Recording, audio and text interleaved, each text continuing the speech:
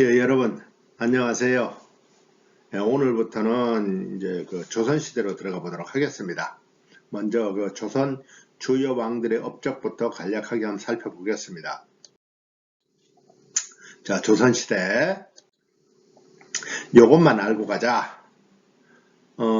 조선의 왕들은 정기와 후기는 뭘로 나눈다고 그랬죠? 외란과 호란, 임진왜란, 병자호란을 기준으로 해서 정기와 후계로 나누는데,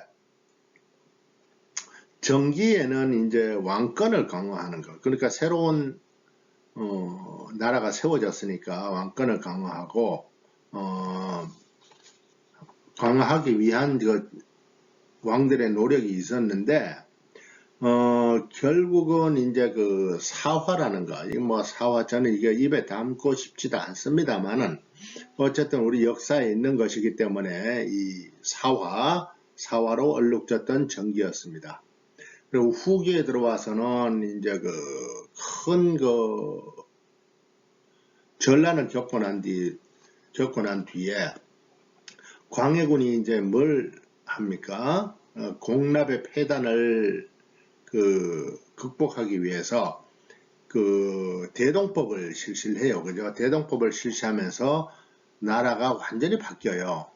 그래서 물론 뭐 대동법 실시하는데 한 100년씩 걸리지만 전국적으로 실시하는 데는 어쨌든 그러다 보니 이 곡물이 없어지면서 그 상업이 발달하게 됩니다. 필요한 물건들을 다 시장에서 조달을 해야 되다 보니까 상업이 발달하게 되고, 그 다음에 그와 더불어서 그 사화가 당쟁으로 발전을 하게 됩니다.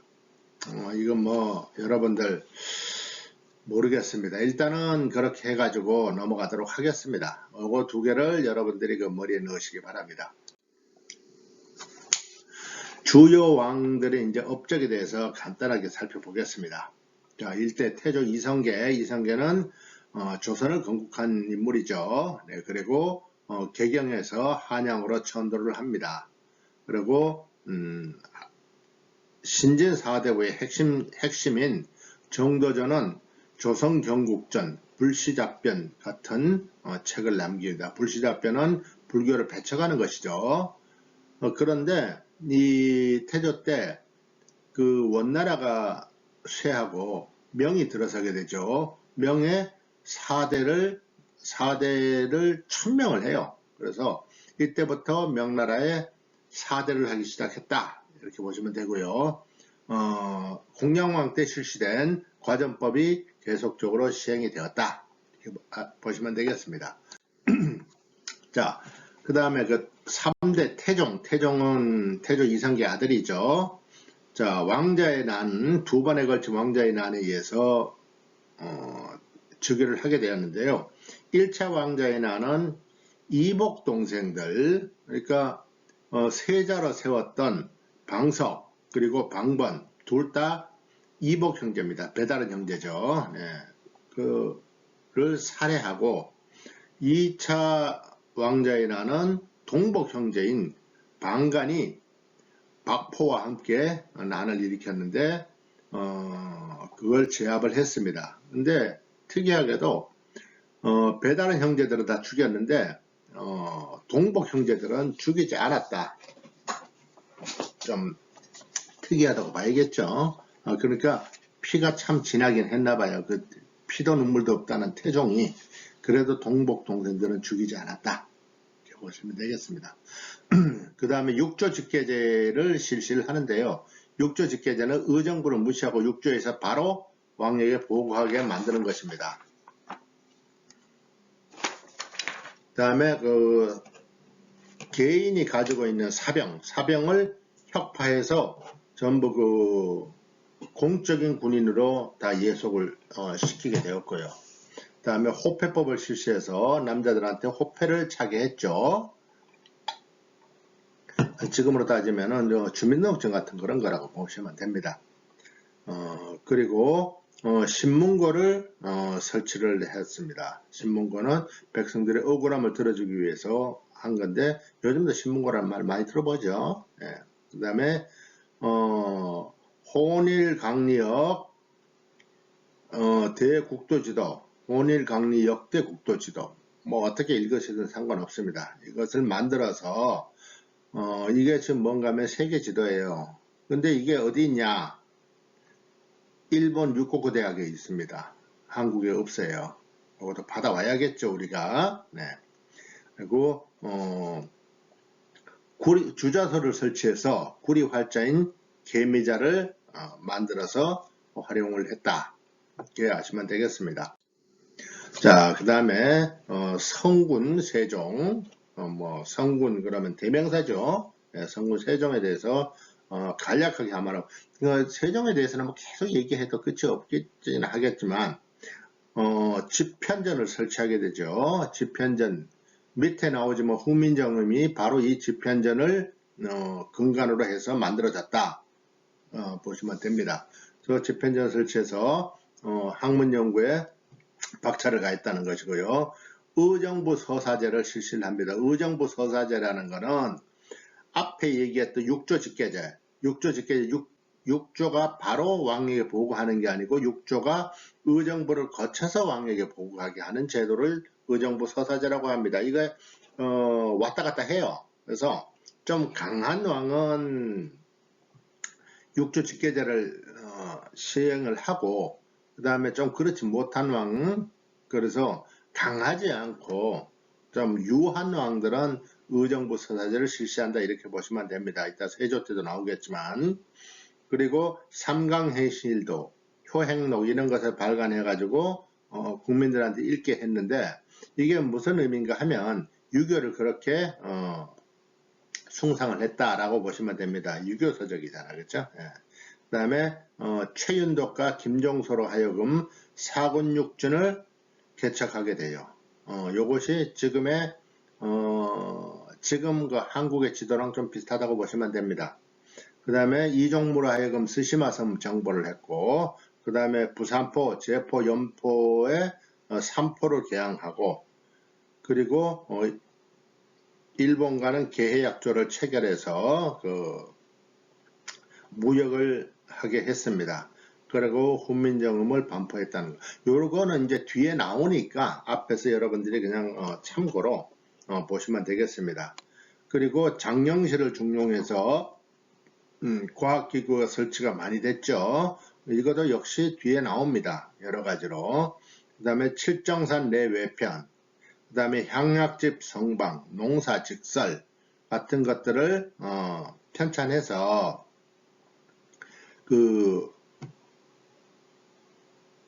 그러니까 그 농업이라든가 아니면은 그 의학 이런 것들에 도움을 주려고 많이 노력을 했습니다. 그러니까 애민 정신에서 비롯했다고 보시면 되겠죠. 그리고 태종 때 만들었던 계미자를 수정을 해서 더 정확하고 더 나은 갑인자를 제조를 합니다. 그래서 세종의 이런 취적에 대해서는 뒤에 또 별도로 나오니까 그때 다시 또 설명을 드리도록 할게요. 그래서 이런 것들을 세종이 했다라는 것을 여러분들이 아시면 되겠습니다. 자, 세조는 계유정난에 의해서 집권을 하게 되죠. 계유정난이 뭐예요? 단종이 11세에 즉위를 하는데 한 명의 권람, 그 다음에 세조가 그 의기투합해서 그 단종을 몰아내고 왕위를 뺏는 걸 계유정난이라고 합니다. 그래서 11세 즉위했던 단종이 14살에 그러니까 3년 만에 폐위가 돼요. 그래서 그렇게 해서 세조가 왕위에 오릅니다. 세조 역시 강하죠. 육조 직계제를 시행을 합니다. 다시 육조 직계제로 다시 부활한 거죠. 어디에서? 의정부 서사제에서. 네, 그리고 직전법을 실시합니다. 직전법은 현재 관리에 한정해 가지고 이제 그 수도권을 주는 건데 이것도 뒤에 나오니까 그때 말씀을 드리도록 할게요. 그리고 조선시대에 법률의 기본이라고 할 수 있는 경국대전을 편찬하기 시작을 합니다. 세조 때. 자, 성종 때 경국대전이 완성돼서 반포를 합니다. 그리고 성종은 홍문관이라는 걸 설치하는데, 홍문관은 세종 때 집현전과 비슷하다고 보시면 돼요. 집현전의 부활이다. 뭐 이렇게 보셔도 큰 무리는 없습니다. 그리고 관수관급제를 시행을 하는데요. 이 직전법을 이제 틀을 바꾸는 겁니다. 그래서 그 수조권, 그러니까 조세를 거둘 수 있는 거를 준다고 그랬죠. 그거를 관에서 징수를 해서 지급을 하는 거를 관수관급제라고 합니다. 그래서 그 세금 징수권을 관으로 가지고 왔다, 이렇게 보시면 되겠습니다. 그리고 동국통감, 악화괴범, 그 다음에 동국여지승남, 동문선 같은 책도 성종 때 편찬이 되었다, 이렇게 보시면 되겠습니다. 자, 그리고 연산군, 연산군에 대해서는 뭐 더 이상 얘기할 필요가 없죠. 결국은 연산군은 무오사화와 갑자사화를 일으킨 주역입니다. 결국은 중종반정으로 폐위가 되었는데, 무오사화, 갑자사화는 뒤에 다시 제가 말씀을 드리겠습니다. 중종 때의 기묘사화, 그래서 4대 사화 그러면 무오사화, 갑자사화, 기묘사화, 그리고 명종 때 일어난 을사사화를 해서 4대 사화라고 그러죠. 그래서 그거는 뒤에서 다시 설명을 할 거니까, 사화에 대해서는 지금 여기서 설명하면 헷갈려요. 또 이것저것 잡고 되니까. 지금 시간에는 뭘 한다고요? 왕의 치적들을 뽑아서 간단하게 설명하는 것이니까 그것까지만 하도록 하겠습니다. 그리고 중종 때 이제 그 연산군을 몰아내고 중종 반정으로 중종이 이제 그 즉위를 하게 되죠. 중종은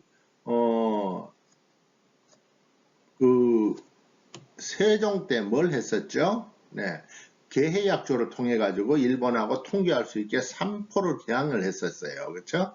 근데 거기서 그 외인들이 난을 일으킵니다. 그것을 삼포외난이라고 그래요. 그래서 삼포외난을 일으켜서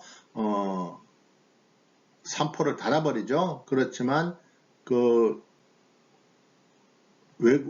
왜구들이 계속 그 간청을 해서 임신약조를 맺게 되는데, 그와 상관없이 또 사량진 외변을 일으키게 됩니다. 그래서 외변이 많이 일어나는데 외변에 대해서도 뒤에 나옵니다. 그래서 중종 때는 삼포외란, 사량진 외변이 일어났고, 그 다음에 기묘사화가 일어났고, 그 사량진 외변을 겪으면서 비변사가 설치되었다 하는 것을, 비변사는 여러분들이 조금 알아두시면 좋을 거예요. 왜 그런가 하면 비변사가 실제로 보면은 그 임시기관으로, 외적의 침입이 있을 때 임시기관으로 설치했는데, 나중에 그 세도정치 때 가면은 비변사가 그 비리 운상으로 변질이 됩니다. 그래서 중종 때는 이런 일이 있었다 하는 것을 여러분들이 머리에 넣으시고요. 명종 때 이제 아까 말씀드렸듯이 4대 사화의 마지막에 을사사화가 일어나게 됩니다. 을사사화가 일어나면서 그 대부분의 그 유림들이 다 낙향을 해버리죠. 아주 질렸다고 그래서. 그리고 명종 때 왜구들은 또 을묘외변을 일으킵니다. 지겹죠. 네. 아무튼 이렇게 해서 명종 때도 사화와 외변이 있었다. 명종 때는 을묘외변이 있었다. 명종은 을자하고 관련이 많네, 그죠? 명종을 어떻게 해야 되나? 네, 거기까지 하고, 그 다음에 그 명종의 뒤를 이은 이제 선조가 즉위를 하게 됩니다. 성조, 참 무능한 왕의 대표 주자죠. 주자 몇 명이 있습니다. 조선 때 무능한 왕들이 몇 명이 있어요. 근데 그거는 뭐 생각하기에 따라 틀린 건데, 저는 선조를 참 무능한 왕으로 봐요. 그래서 그 선조 때 낙향에 있던 이제 유림들을 불러가지고 정계에 입각을 시켰지만 이 유림들이 서로 그 자기네들이 옳다 하면서 동인과 서인으로 나누게 되죠. 예, 그래서 동인과 서인 나누는 것도 뭐 사실 별다른 거 없었어요. 예, 그거 뭐 김효원과 이제 누굽니까? 그거 뭐 뒤에 가서 제가 얘기를 하겠습니다. 그래서 그 동서붕당이 되고 이것이 다시 남인 북인으로 붕당이 되는 그 얘기인데 이런 것들은 별로 여러분들한테 참 얘기하고 싶지 않아요. 왜 그런가 하면은 어느 나라나 이런 붕당이 없는 데가 어디 있겠습니까? 지금도 보면은 당으로 나눠져 있잖아요.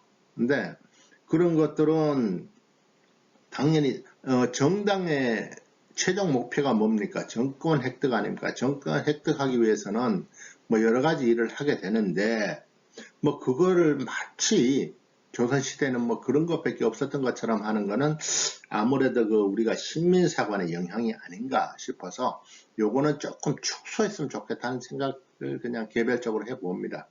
어쨌든 선조 때 임진왜란이 일어나죠. 예, 정유재란을 포함해서. 그래서 선조는 어디로 가요? 뒤에 나오겠지만은 그 평양 거쳐서 의주까지 가죠. 예, 피난 가는 게 피난. 예, 그리고 그 뒤를 이은 광해군은 아까 말씀드렸듯이 대동법을 실시합니다. 대동법은 뭐죠? 공납, 그러니까 그 지역별로 특산물로 노는 공납을 해결하기 위해서 하는 겁니다. 그래서 대동법 실시하는데 이게 이제 이게 뭔가 하면은 그 지역에서 올라오는 건데 이것을 토지를 가진 사람들한테 하다가 보니까 공납이 전세화가 된다. 땅에 대한 세금으로 바뀌었다 해가지고 대단히 반대에 많이 부딪혀요. 그래서 실시하는데 전국적으로 한 100년이 걸리게 됩니다. 그리고 결국 임진왜란과 정유재란을 거치면서 일본하고 조선은 일본과 거래를 끊어버리죠. 그런데 또 일본에서 또 통사정을 해서 또 기위약조를 체결해서 또 다시 일본과 통조를 하게 됩니다. 그러나 결국은 광해군도 인조 반정에 의해서 왕위를 빼앗기게 되죠. 그렇게 반정에 의해서 즉위한 인조, 광해군보다 더 똑똑한 왕이 나야 되는데 제 개인적인 생각으로는 그보다 더 무능한 왕이 올랐던 것 같아요. 그래서 인조 때는 이괄의 난이 일어납니다. 이괄의 난이 일어나는데 이괄의 난은 그 인조 반정으로 자기가 좀 홀대를 당했다 했던 이괄이 농공행사에 불만을 품고 일어납니다. 그래서 이괄이 한양을 접수를 해요. 그럼 인조는 어떻게 돼요? 도망가죠. 어디로? 공주로 도망을 갑니다. 뭐 또 좋은 말 쓸 필요 없어요. 그냥 도망갔어요. 그냥 피신했습니다. 그 영정법이라는 것은 인조 때 실시한 영정법이라는 것은 전세를 획일화시킵니다. 그래서 토지 한 결당 쌀 4에서 6두를 징수하는 영정법을 실시를 합니다. 그러니까 아까 대동법은 공납에 관한 거지만은 이 영정법은 전세에 관한 것입니다. 그러나 인조 때 또 뭐가 일어나요? 병자호란이 일어나죠. 정묘호란과 병자호란을 거치게 됩니다. 그래서 임진왜란이 일어난 지 30년 만에 또 이런 난을 겪게 돼요. 국민들 뭐 얼마나 고통스러웠겠습니까? 그죠? 네. 그리고 19대 숙종 때는 또 3대 황국이 일어납니다. 3대 황국이 일어나는데 경신황국, 기사황국, 갑술황국이 일어납니다. 황국은 분위기를 바꾼다는 거죠. 예, 국면을 바꾼다는 겁니다. 그래서 이때는 앞에서 말씀드렸지만 간단하게 말씀드릴게요. 동인은 남인과 북인으로 나뉘게 되고요. 서인은 노론과 소론으로 나누어집니다. 근데 노론과 남인이 교차 집권을 하게 되는 게 바로 이 3대 황국입니다. 그거는 뭐 다시 얘기를 하도록 할게요. 그래서 아무튼 뭐 그랬다 그래요. 그래서 저는 이 붕당이라든가 이런 걸 별로 좋아하지 않아 가지고 그 얘기는 간단하게 하고 지나가겠습니다. 그리고 숙종 때 상평통벌을 주저하게 되는데요. 이때 만들어진 상평통벌은 굉장히 활발하게 사용이 돼요. 그러다 보니까 전황이 발생합니다. 돈이 없어요. 모자래 돈이. 그렇게 활성화가 되었다 하는 것이고요. 그리고 조선과 청나라 간에 국경선에서 자꾸 다툼이 일어나니까 국경을 정할 필요가 있다라고 해서 백두산 정개비를 건립을 하게 됩니다. 백두산 정개비에 압록강에서 토문강까지다라고 했는데 요것이 이제 그 압록강은 알겠는데 토문강을 놓고 우리 한반도에서는 이게 그 숭화강의 지류인 토문이다, 토문강이다라고 얘기를 하고 중국에서는 아니다, 두만강을 얘기한다 라고 해가지고 그 해석에 조금의 차이가 있습니다. 그렇지만 이 백두산 정개비가 그 1931년에 일본이 일으킨 만주사변 때 철거가 돼가지고 지금은 남아있지 않습니다. 자, 영조 때는 2인자의 난이 일어나죠. 2인자의 난은 소론이 주도한 반란입니다. 그리고 이모화변이라고 있는데 이모화변은 여러분들 잘 아시는 사도세자가 뒤주에 갇혀서 죽는 사건입니다. 그리고 영조 때 다시 신문고가 부활이 되고요. 그 다음에 또 균역법을 실시를 합니다. 균역법은 뭐예요? 균역법은 그 군역에 대한 제도를 바꾸는 거죠. 그러니까 전세에 관한 거는 뭐였어요? 영정법이 있었죠. 인조 때 영정법이 있었고요. 그 다음에 공납에 관한 거는 광해군 때 실시된 대동법이 있었고요. 그 다음에 역에 대해서는 군역에 대해서는 그 균역법이 설치가 돼요. 그러니까 전세, 공납, 역에 대해서 싹 바뀌는 거죠. 네, 균역법은 군 면제 대가로 면포가 2필을 징수를 했었는데 그것을 한 필로 감경해 주는 것입니다. 그래서 연간 이제 한 필을 내면은 군대 면제를 받는데 나머지 필요한 것들은 이제 다른 세금으로 충당을 해요. 그렇게 해서 균역법을 실시를 합니다. 그리고 하도 그 당파 싸움이 많으니까 탕평책을 실시를 합니다. 그래서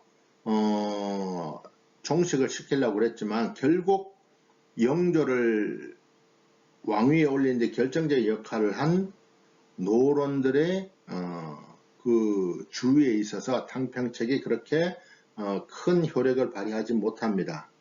그리고 서울통청법을 실시를 해서 세자, 얼자, 서자, 얼자 뭐 그런 사람들이 관직 진출하는 것을 허용을 합니다. 서자와 얼자의 차이는 서자는 그 뭐라고 그럽니까? 그 양반이고 여자가 이제 그 뭐라고 그러죠? 저게 아닌 경우죠. 그 뭐라고 그럽니까? 정실 부인이 아닌 경우 그런 경우에 서자라고 그러고요. 얼자라는 거는 그 엄마가 천민인 경우예요. 그러니까 옛날에 양반들은 양인이건 천민이건 그 남자들은 뭐 그런 게 있었나 봐요. 아무튼 그래서 서울통청법이 실시가 되었다 하는 것을 여러분들이 아시면 되겠습니다. 자, 정조. 그 영조가 장기 집권을 하고 난 뒤에 손자인 정조가 이제 즉위를 하게 되죠. 정조는 이제 규장각을 설치합니다. 규장각은 왕실 도서관에다가 학문 정책 연구기관으로 규장각이 설치가 돼요. 규장각도 집현전, 그 다음에 집현전 다음에 성종 때 홍문관, 그 다음에 정조 때 규장각, 한 요 정도로 계보가 이어진다라고 생각하셔도 큰 무리는 없습니다.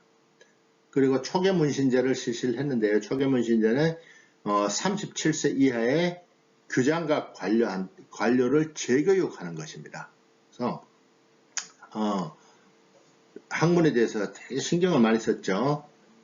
그렇지만 정조를 따르는 시파, 그 다음에 정조를 반대하는 벽파로 분열이 되었다고 하는데,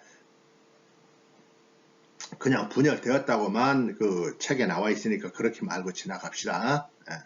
그리고 진산 사건이 일어나요. 이 신해 박해, 이 천주교 박해 처음이죠. 이것은 무엇인가 하면 윤지충이라는 사람이 모친상 때 신주를 불태워버리죠. 네, 부모의 신주를 불태워버리다 보니까 이게 이제 여기에 이게 문제가 이제 되죠. 그러다 보니까 양반들이 그 천민짓을 한다 했는데, 이게 이제 양반이 한 거다 보니까는 문제가 조금 심각해져요. 그래서 그런데 정약용의 외가 친척인 권상년이 여기에 동조를 합니다. 네. 그러다 보니 결국 나중에 정조는 그 윤지충과 권상년을 처형하는 걸로 매듭을 지어요. 그렇게 해서 일을 더 이상 크게 만들지 않습니다. 네, 그래서 정조 때 그런 일이 있었다 하는 걸 여러분들이 아시면 되고요. 자, 순조 때부터는 뭐예요? 세도정치 기간이죠. 네, 그래서 순조 때는 이제 그 천주교에 대한 박해가 본격적으로 시작이 됩니다. 그래서 신유박해는 정순왕후, 네, 영조의 계비죠. 정순왕후가 시파를 탄압하기 위해서, 시파가 누구예요? 정조를 따르는 사람들이죠. 정조를 따르는 사람 중에 가장 그 핵심적인 사람이 누가 있었어요? 정약용이 있었죠. 그래서 그 시파들 탄압하기 위해서 결국 정약용은 그 배교한다고 그래서 귀향을 떠나게 됩니다. 정약용의 형인 정약종도 귀향을 가죠. 근데 정약종은 배척하지 않는다고 그래서 목숨을 잃습니다. 그래서 정약이 귀향을 가고, 정약전은 그래서 그때 자산어보가 나오는 거예요. 영화에도 나오지만. 정약용 귀향 가고, 이때 이제 그 신유박해로 목숨을 건진 황사영이 황사영 백서 사건을 일으키게 됩니다. 황사영 백서 사건이라는 건 황사영이 청나라에 있는 신부에게 이 사건의 내용을 알리는 비단에다가 그 사건 내용을 깨알같이 적어가지고 알리기 위해서 청나라에 전달하려다가 발각이 되는 겁니다. 그래서 신유박해, 그 다음에 또 의례박해가 일어났는데요. 의례박해는 지방간들이 주축이 돼가지고 박해를 했다 하는 것입니다. 그리고 세도 정치가 시작되었다는 건 뭐 여러분들 아시죠? 예, 안동김씨로부터 시작이 되는데요. 정순왕후가 이제 사망하고 난 뒤에 순원왕후는 이제 순조비죠. 순조비가 그 순원왕후의 애비인 김조순이 세도 정치의 문을 엽니다.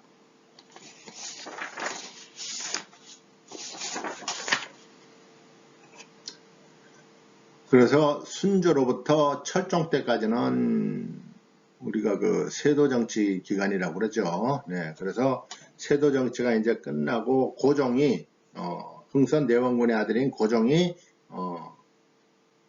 즉위하고부터는 근대화 시대로 접어듭니다. 그리고 고종은 대한제국을 선포하고 순종은 한일병합조약으로 해서 대한제국의 종말을 구하게 되는데, 여기에 대해서는 근대화 시기는 별도로 워낙 내용이 많으니까 그때가 얘기하기로 하고요.